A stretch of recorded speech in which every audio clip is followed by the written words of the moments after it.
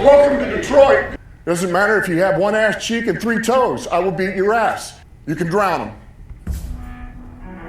And that's what we gotta be. That's who we have to be. Because that's our domain. That is our domain. Because we'll tread water as long as it takes to fucking bury you. Takes the snap, turns, gives to Montgomery, right side, end zone, touchdown, Detroit Lions! Yes. We are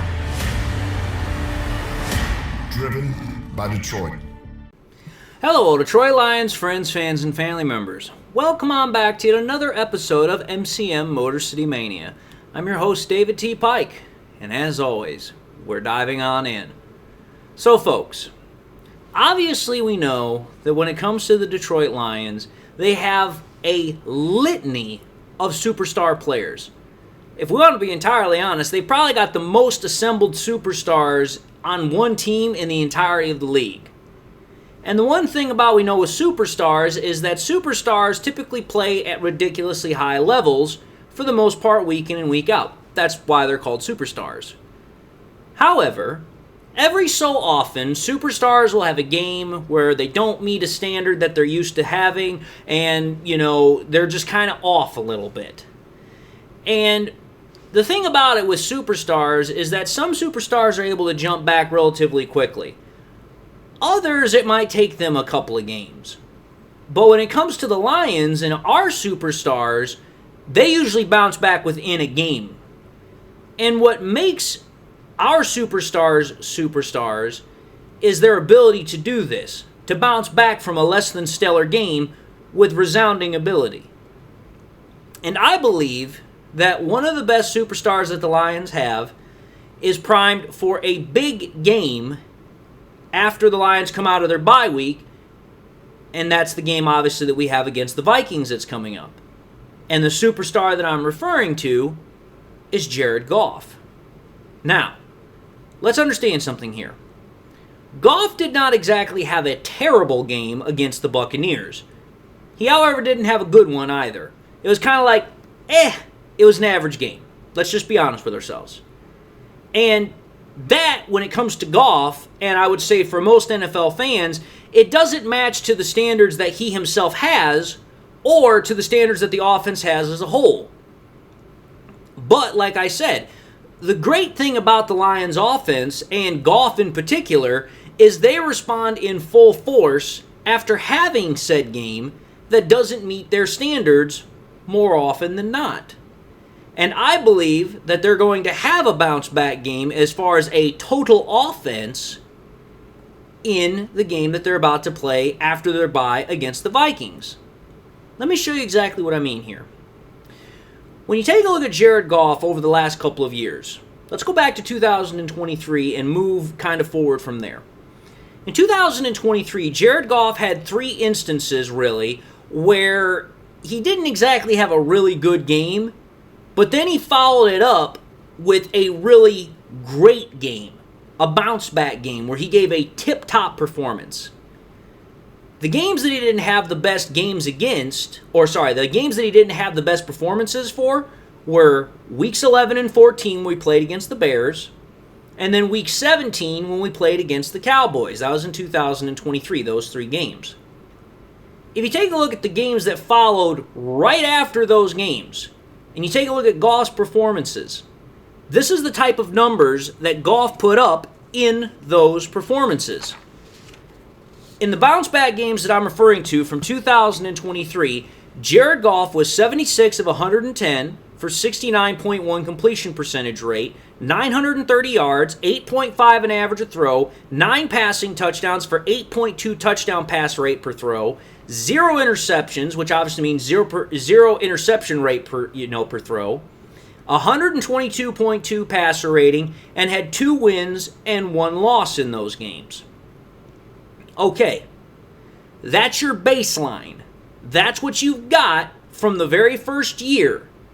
And there's a particular reason why I'm only going back to 2023. And you guys will see it if you guys stick around for the rest of the episode. Kind of gives you an incentive to watch all the way through. So that's 2023. Now, let's move to 2024. In 2024, Goff had 2 of these types of instances show up, where again, didn't have the greatest game, but then followed it up with a tip-top performance. The games that he didn't have the best game, for himself, were in Week 2 against the Bucs, and then Week 10 against the Texans. In the games that followed right after that, Goff then put up these numbers for 2024. In those 2 games for 2024, Goff's performance were as such. He completed 42 out of 52 passes for 80.8%, 611 yards for 11.8 an average a throw, 6 passing touchdowns for 11.5 touchdown pass percentage rate per throw, had 1 interception for 1.9 interception rate per throw, 146.1 passer rating, and won both of those games, so having a 2-0 win-loss record. Okay, so we've seen 2023 with the 3 games. We've now seen 2024 with those 2 games. So okay, we've already got ourselves 2 years of where Goff has shown an ability to bounce back from relatively not so good performances, not only in his perspective, but also in most everybody else's perspective. So now we come to 2025, we come to this season. Goff has already had this happen twice, and he's going to look to do it again when we play the Vikings the following week after our bye. The 2 games so far that Jared Goff has had that have not exactly been the best games for him, or didn't play particularly well to his standards, was obviously Week 1 against the Packers, and then Week 4 against the Browns. So okay, we already know how Goff did in those games. But how did he perform in the games that happened right after those? I'm going to tell you this right now. You're going to notice a pattern here that I'm going to explain upon in a moment. For the 2 bounce-back games that Goff has had in 2025, he's completed 42 passes out of 51 attempts for 82.4 completion percentage rate, 592 passing yards for 11.6 an average a throw, 8 passing touchdowns for 15.7 touchdown percentage rate per throw, 0 interceptions, so 0 interception percentage rate per throw, 154.6 passer rating with, again, a 2-0 win-loss record. The pattern here is pretty damn clear when you take a look at all the information so far that I've presented. So far, again, meaning there's more information. So again, trying to keep you all incentivized to stick around. Because the pattern over the last 3 years so far is that not only has Goff's bounce-back games gotten better and better each time that he's done it, but Goff is unbelievably efficient and prolific in said production in these bounce-back games. When you in fact compile all of the stats for all these bounce-back games that Goff has had since 2023, you get an absolutely wild stat line. You're talking about over the course of 7 games, this is what Jared Goff has done when he's had a not so great game the previous week and then bounces back and has a really damn great game. From 2023 to 2025, all those bounce back games that I'm talking about, Jared Goff's stats have been thus: 160 completions out of 213 attempts for 75.1 completion percentage rate, 2,133 yards, 9.9 an average a throw, 23 passing touchdowns, which is a 10.8 touchdown pass percentage rate, 1 interception for a 0.5 interception percentage rate, 140.4 passer rating with a 6-1 win-loss record. Dude, you want to talk about a bounce-back artist? That's Jared Goff. And I mean, dude, we have to finally then consider this when we're talking about this whole bounce-back performance. Because now let's include this little piece of information. Who's Jared Goff playing against? I've already stated, it's going to be against the Vikings when this happens. How has Goff looked playing against the Vikings and Brian Flores' defense over the last couple of outings since 2023, of which there are 4? Again, you take a look at the numbers, Goff has been very, very damn impressive. In those 4 games that we're talking about since 2023, because obviously this is going to be our first outing against the Vikings, and then we play them again later in the year. In the 4 games that Goff has played since 2023, Jared Goff has completed 102 out of 130 passes for 78.5 completion percentage rate. That's just a little under 1,100 yards.